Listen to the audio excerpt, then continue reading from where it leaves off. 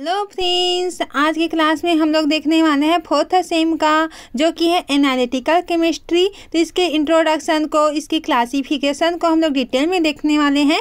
तो आइए स्टार्ट करते हैं आज का क्लास एनालिटिकल केमिस्ट्री। सबसे पहले हम लोग जान लेते हैं कि एनालिटिकल केमिस्ट्री क्या होता है, ताकि आप लोगों को समझने में कोई प्रॉब्लम ना हो। तो इसका हम लोग जनरल इंट्रोडक्शन देख लेते हैं। यहाँ किसका एक ब्रांच है? साइंस का। ठीक है, साइंस की एक ब्रांच होता है एनालिटिकल केमिस्ट्री, जो पदार्थों की कंपोजिशन, उनकी स्ट्रक्चर को पहचानने में क्या करता है? मापने से संबंधित होता है। क्या होता है? एनालिटिकल। इसके नाम से ही क्लियर हो रहा है ना, एनालिटिकल। इट मीन्स एनालाइज करना। किसी भी पदार्थ को मापने की जो क्षमता होती है, मापा जाता है, उसको हम लोग क्या बोलते हैं? एनालिटिकल बोलते हैं। ठीक है, तो दो मुख्य भागों में इसे बांटा गया है, जैसे कि qualitative analysis and quantitative analysis. Quality analysis क्या होता है? जिसमें हम लोग क्वालिटी बताते हैं। ठीक है, इसके नाम से ही क्लियर है हम लोग को। क्वालिटेटिव एनालिसिस इसके क्वालिटी बताते हैं हम लोग, कि इसका आइडेंटिफाई करते हैं, उसका क्वालिफाई क्या होता है, इसका प्रॉपर्टी क्या होता है, ये सब को बताते हैं। क्वांटिटेटिव एनालिसिस इट मीन्स क्या होता है? उसके अमाउंट को देखते हैं कि उस कितने अमाउंट प्रेजेंट है उसमें। ठीक है, तो ये हम लोग का जनरल डिफरेंस हो गया। तब हम लोग देख लेते हैं इसके फर्स्ट टाइप को, क्वालिटेटिव एनालिसिस। क्या देखने वाले हैं? क्वालिटेटिव एनालिसिस देखने वाले हैं। ठीक है, तो ये क्या होता है? किसी पदार्थ में उपस्थित तत्व या अणुओं की पहचान करना या आइडेंटिफिकेशन करना। एग्जाम्पल के लिए हम लोग ले लेते हैं कि सोडियम क्लोराइड और CO3 ट्रू माइनस की जो आयन होती है, उसके नमूने की उपस्थिति की जाँच करना होता है। तो वो होता है हम लोग की क्वालिटी, इसका क्वालिटी निकालना होता है हम लोग का। हो गया ये क्वालिटेटिव एनालिसिस। और quantitative analysis it means amount. ठीक है, कितना अमाउंट, कितना मात्रा प्रेजेंट है, मापन करते हैं, उसको हम लोग क्या बोलते हैं? क्वांटिटेटिव एनालिसिस बोलते हैं। एग्जाम्पल के लिए हम लोग देख लेते हैं। तो नमूने में क्या होता है?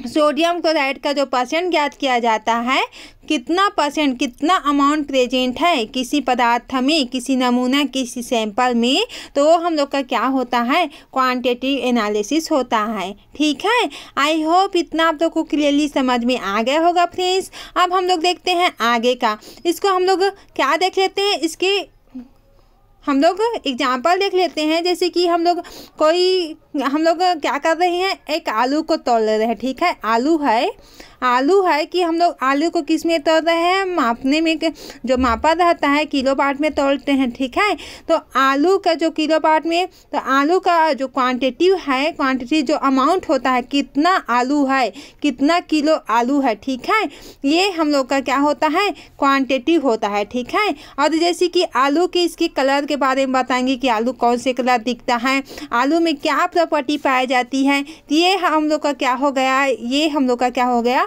क्वालिटेटिव हो गया। ठीक है, आई होप इतना आप लोग को क्लियरली समझ में आ गया होगा फ्रेंड्स। अब हम लोग देखते हैं इसके आगे का पार्ट, एनालिटिकल केमिस्ट्री की ब्रांच समझते हैं। ठीक है, ये किस ब्रांच में? फर्स्ट होता है हम लोग का क्लासिकल मेथड होता है। क्लासिकल मेथड में क्या होता है? ये हम लोग की क्या होता है? पारंपरिक मेथड होती है। क्लासिकल मेथड जो होती है, यह मेथड किस लिए यूज किया जाता है? अभिक्रिय दृष्टिगत निरीक्षण पर आधारित होता है। एग्जाम्पल के लिए हम लोग देखते हैं, तो टाइट्रेशन किए हैं ना, पोटेंशियोमेट्री में टाइट्रेशन किए हैं, एसिड बेस की मापन करते हैं वहाँ पर, तो हम लोग का टाइट्रेशन करने में जो होता है, क्लासिकल मेथड का यूज किया जाता है। और ग्रेविमेट्री एनालिसिस भी जानते हैं, उसका भी यूज इसमें किया जाता है। इंस्ट्रूमेंटल मेथड इट मीन्स क्या होता है? जैसे कि पदार्थ की विश्लेषण करने के लिए उपकरणों का उपयोग किया जाता है। एग्जाम्पल की बात कर लेते हैं, तो यहाँ पर स्पेक्ट्रोस्कोपी में हम लोग देखे हैं ना थर्ड से में, कि स्पेक्ट्रोस्कोपी में क्या होता है? हम लोग सैंपल लेते थे, तो UV विजिबल जो होता था उसको हम लोग इंस्ट्रूमेंट करवाते थे, तो हम लोग को लास्ट में क्या मिलता था? स्पेक्ट्रम पिक प्राप्त होता था। उसी प्रकार हम लोग यहाँ पर क्या लेते हैं? एग्जाम्पल के लिए इंस्ट्रूमेंटेशन मेथड ये होता है। ठीक है, क्योंकि हम लोग इंस्ट्रूमेंट की द्वारा हम लोग इस मेथड को सॉल्व करते हैं। तो ये हम लोग का UV, IR, NMR हो गया, क्रोमेटोग्राफी हो गया, GC, HPLC इसमें आ जाता है। ठीक है, अब मास स्पेक्ट्रोस्कोपी की बात करते हैं। तो मास स्पेक्ट्रोस्कोपी भी हम लोग पढ़े थे, ठीक है। इलेक्ट्रोकेमिकल एनालिसिस, जिसमें क्या क्या आता है, पोटेंशियोमेट्री आता है, वोलेटोमेट्री आ जाता है, ठीक है। अब हम लोग एप्लीकेशन की बात कर लेते हैं आगे। तो एप्लीकेशन ऑफ एनालिटिकल केमिस्ट्री, तो ये कौन कौन से में यूज होता है, जैसे कि किस में यूज होता है, यह फार्मास्यूटिकल इंडस्ट्री में, जैसे कि दवाओं की सिद्धता की जाँच करना, उसकी स्ट्रक्चर फार्मूला जो रहता है दवाओं में लिखा होता है, तो वो क्या होता है, उसकी जांच करना, वो शुद्ध है कि अशुद्ध है, इसको हम लोग देखते हैं फार्मास्यूटिकल एनालिसिस इंडस्ट्री में, ठीक है। एनवायरमेंटल केमिस्ट्री की बात करते हैं यहाँ पर, तो इसमें क्या क्या देखते हैं, जैसे कि वायु में कितना प्रदूषण प्रेजेंट है, मिट्टी में हम लोग मृदा देखते हैं, मृदा में कितना प्रदूषण प्रेजेंट है, जल प्रदूषण देखते हैं तो कितना वह प्रदूषित है, कितना शुद्धता है, कितना प्रदूषण है, ये क्या होता है, कितना पोल्यूशन है, ये सबको हम लोग इसमें क्या करते हैं, इसकी एनालिसिस करते हैं, विश्लेषण करते हैं, ठीक है। इतना आप लोग को क्लियरली समझ में आ गया होगा फ्रेंड्स। अब देखते हैं थर्ड क्या होता है फूड इंडस्ट्री में। अब क्या किए हैं हम लोग, प्रदूषण का तो हम लोग एनालिसिस कर ही रहे हैं, साथ में साथ क्या कर रहे हैं, खाद्य पदार्थों की, जैसे कि पोषक तत्वों में क्या होता है, कौन सी शुद्ध होता है, कौन सा शुद्ध होता है, इसमें कई केमिकल प्रेजेंट होती हैं, आप लोग देखे ही होंगे कि फूड में क्या पाया जाता है, जिसमें कई केमिकल की मात्रा ऊपरी पदार्थ में जमा हो जाती है, तो उसी के अशुद्धि है कि शुद्ध है, उसको हम लोग एनालिसिस के थ्रू इसको एनालाइज करते हैं, ठीक है। अब मटेरियल साइंस की बात करते हैं, तो यहाँ पर क्या हो जाता है, नए पदार्थों की स्ट्रक्चर, उसके क्वालिटी जो है क्या है, इसको अध्ययन स्टडी करने के लिए भी हम एनालिटिकल केमिस्ट्री का करते हैं, जो कि ये क्या है, हम लोग का क्लासिकल मेथड तो देख ही रहे हैं, ठीक है। अब 5 होता है हम लोग का फोरेंसिक साइंस। फोरेंसिक साइंस में क्या होता है, फोरेंसिक साइंस में होता है अपराध स्थलों में नमूना का एनालिसिस किया जाता है, जहाँ पर हम लोग देखते ही हैं कोर्ट में कि क्या वहाँ पर नमूना प्रेजेंट करते हैं, तो वहाँ पर क्या होता है, इस मेथड का फोरेंसिक साइंस का यूज किया जाता है, ठीक है, जहाँ पर हम लोग देखते हैं, ठीक है। अब आगे देखते हैं हम लोग क्या देख लेते हैं, advantages of analytical chemistry, sorry, ठीक है। तो इसके अब हम लोग फायदे देख लेते हैं, क्या क्या फायदे हैं एनालिटिकल केमिस्ट्री के। तो फर्स्ट हम लोग का होता है सटीक विश्वसनीय परिणाम प्रदान करता है, और क्या होता है, छोटी मात्रा में जो होता है, हम लोग छोटी मात्रा जैसे कि डीएनए भी को चेक करेंगे, कौन से डीएनए में क्या है, तो वो क्या होता है, छोटी सी मात्रा बाल से, नाखून से डीएनए चेक किया जाता है, तो उसमें छोटी सी मात्रा को भी हम लोग एनालिटिक केमिस्ट्री के थ्रू विश्लेषण कर सकते हैं, ठीक है। पदार्थों की स्ट्रक्चर, गुणों को समझने के लिए हम लोग इसका यूज करते हैं, ठीक है। अब देख लेते हैं हम लोग इसके क्या देख लेते हैं, इसको मुख्य 2 भाग में बांटा गया है, इसके 2 मेथड है। क्या क्या मेथड है, फर्स्ट होता है क्लासिकल मेथड होता है, और सेकंड होता है हम लोग का इंस्ट्रूमेंटेशन मेथड होता है। तो हम लोग का 2 मेथड हो गया।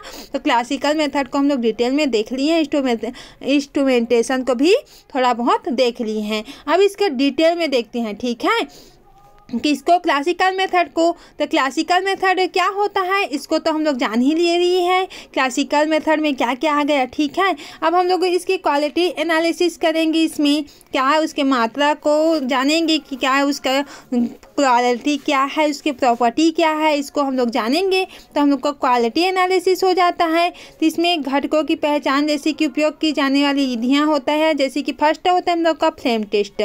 फ्लेम टेस्ट क्या होता है, जिसमें हम लोग विभिन्न धातु, कई प्रकार की धातुओं होती है, कई प्रकार की मेटल पदार्थ होती है, उसकी पहचान करने के लिए हम लोग फ्लेम टेस्ट करते हैं, ठीक है।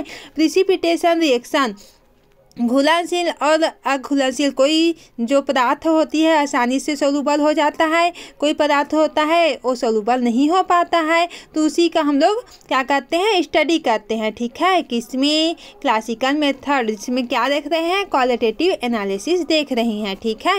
अब थर्ड होता है हम लोग का कलर रिएक्शन। कलर रिएक्शन जैसे कि कलर में चेंज, घटकों कंपोनेंट की प्रेजेंट की पता लगाने के लिए कि कौन सा कलर चेंज हो रहा है, लाल हो रहा है कि पीला हो रहा है कि नीला हो रहा है, ठीक है। तो इस प्रकार से हम लोग क्या करते हैं, कलर रिएक्शन में इसका यूज करते हैं, एनालिसिस कर रहे हैं। ठीक है, सोल्यूबिलिटी टेस्ट करने के लिए, कंपाउंड की घुलनशीलता की परीक्षण या एनालिसिस करने के लिए हम लोग इसका यूज करते हैं। किसका? क्लासिकल मेथड का। अब हम लोग देख लेते हैं बी क्या होता है? हम लोग का क्वांटिटेटिव एनालिसिस होता है, जो कि क्या होता है? अमाउंट को मापन किया जाता है। ठीक है, अमाउंट की एनालिसिस किया जाती है, कितना मात्रा प्रेजेंट है किसी भी नमूना में। तो इसकी यूज की जाने वाली मेथड क्या क्या होती है? फर्स्ट होता है टाइट्रेशन। टाइट्रेशन देखते हैं, एसिड बेस टाइट्रेशन, जिसके पीएच जो एसिड होता है वो नीचे होता है 7 से। ठीक है, बेस होता है ऊपर होता है। तो ये हम लोग का क्या होता है? टाइट्रेशन मेथड द्वारा हम पीएच को इसको माप सकते हैं कि कौन सा एसिड है, कौन सा बेसिक है कंपाउंड। ठीक है, रेडॉक्स टाइट्रेशन, ऑक्सीडेशन अपचयन अभिक्रियाओं में यह यूज किया जाता है। कॉम्प्लेक्समेट्रिक टाइट्रेशन, धातुओं की मात्रा ज्ञात करने के लिए हम लोग क्वांटिटी एनालिसिस का यूज करते हैं। आई होप इतना आप लोगों को क्लियरली समझ में आ गया होगा फ्रेंड्स। अब देखते हैं हम लोग सेकेंड क्या होता है? हम लोग का ग्रेविमेट्रिक एनालिसिस। क्या होता है? नमूनों को तौलकर उसकी मात्रा को मापन किया जाता है। जो नमूना होता है उसकी वेट का मापन करते हैं। ठीक है, तो ये हम लोग का क्या होता है? ग्रेविमेट्रिक एनालिसिस हो जाता है। अब सेकेंड देखते हैं, ये हम लोग का क्या मेथड हो गया? क्लासिकल मेथड हो गया। इतना हो गया। ठीक है, अब हम लोग सेकेंड क्या देखेंगे? Instrumentation method. इंस्ट्रूमेंटेशन मेथड में क्या होता है? इसको देख लेते हैं। ये विधियाँ जो होती है आधुनिक उपकरणों का उपयोग करके अधिक सटीक और तेज परिणाम प्रदान करने के लिए की जाती है। फर्स्ट हो गया हम लोग का स्पेक्ट्रोस्कोपिक मेथड। स्पेक्ट्रोस्कोपिक मेथड में क्या आ जाएगा? जैसे कि पदार्थ के साथ प्रकाश लाइट की अंतःक्रिया का अध्ययन स्टडी किया जाता है। फर्स्ट होता है हम लोग का यूवी विजिबल स्पेक्ट्रोस्कोपी। तो इसमें कंपाउंड की इलेक्ट्रॉनिक ट्रांजिशन का एनालिसिस करने के लिए इसका यूज किया जाता है। किसका? स्पेक्ट्रोस्कोपिक मेथड का। अब सेकंड देख लेते हैं हम लोग इंफ्रारेड स्पेक्ट्रोस्कोपी। इंफ्रारेड स्पेक्ट्रोस्कोपी हम लोगों ने थर्ड सेम में पढ़ लिया है अच्छे से। स्पेक्ट्रोस्कोपी ठीक है, इंस्ट्रूमेंटेशन में तो कंपाउंड की फंक्शन ग्रुप की पहचान, कौन से कंपाउंड की फंक्शनल ग्रुप क्या होती है, उसको हम लोग इंफ्रारेड स्पेक्ट्रोस्कोपी की पहचान यहाँ पर करते हैं इस इंस्ट्रूमेंटेशन मेथड के थ्रू। ठीक है, कि कौन सा फंक्शनल ग्रुप कौन से कंपाउंड में प्रेजेंट है, मतलब कंपाउंड में कौन कौन से फंक्शनल ग्रुप प्रेजेंट है, इसको हम लोग यहाँ पर स्टडी या पहचान करते हैं। थर्ड हो गया हम लोग का क्या हो गया? न्यूक्लियर मैग्नेटिक रेजोनेंस NMR, जो कि क्या होता है? परमाणु एटम्स की यहाँ पर मैग्नेटिक गुण क्या क्या है इसमें, इसको हम लोग स्टडी करने के लिए हम लोग करते हैं। ठीक है, किसका कर रहे हैं हम लोग? फर्स्ट हम देखें क्लासिकल मेथड, ये हम लोग का सेकेंड है इंस्ट्रूमेंटेशन मेथड, जो कि हम लोग अभी पढ़ रहे हैं। ठीक है, अब फोर्थ हम लोग का क्या हो जाएगा? Atomic absorption spectroscopy. ये क्या होता है? धातु आयनों की माप करने में इसका यूज किया जाता है। बी क्या हम लोग का हो गया? Chromatographic method. ये क्या होता है हम लोग का? जैसे कि गैस क्रोमेटोग्राफी की पहचान करने में, जैसे कि वाष्पशील यौगिक कंपाउंड जो होता है उसके सेपरेट करने के लिए गैस क्रोमेटोग्राफी का यूज किया जाता है। इसे शॉर्टकट में क्या बोलते हैं? GC से डिनोट करते हैं। ठीक है, सेकेंड हम लोग का क्या होता है? हाई परफॉर्मेंस लिक्विड क्रोमेटोग्राफी, जिसके शॉर्ट फॉर्म में क्या लिखते हैं? HPLC लिखते से डिनोट करते हैं। यह क्या होता है? द्रव में, लिक्विड में क्या होता है? इजिली सोल्यूबल जो कंपाउंड होता है उसके एनालिसिस करने में इसका यूज किया जाता है। किसका? हाई परफॉर्मेंस लिक्विड क्रोमेटोग्राफी में। ठीक है, आई होप इतना आप लोग को क्लियरली समझ में आ गया होगा फ्रेंड्स। अब हम लोग आगे देखते हैं।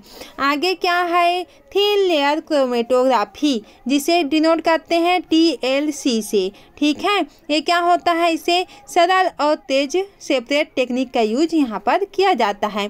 मास स्पेक्ट्रोस्कोपी में क्या होता है? मॉलिक्यूल्स के जो मास होता है, मॉलिक्यूल्स में जो द्रव्यमान या स्ट्रक्चर जो होता है उसके एनालिसिस में इसका यूज किया जाता है। अब देखते हैं डी क्या होता है? Electrochemical method. इलेक्ट्रोकेमिकल मेथड में क्या होता है? कंपोनेंट्स जो इलेक्ट्रॉनिक जो गुण हैं, ठीक है, उसकी स्टडी में इसका यूज किया जाता है। फर्स्ट हम लोग का क्या हो जाएगा? पोटेंशियोमेट्री, जिसमें pH और इलेक्ट्रोड पोटेंशियल की माप यहाँ पर की जाती है। सेकंड क्या होता है हम लोग का? ओलियोमेट्री क्या होता है? रेडॉक्स, जैसे कि ऑक्सीडेशन रिडक्शन रिएक्शन की यहाँ पर एनालिसिस की जाती है।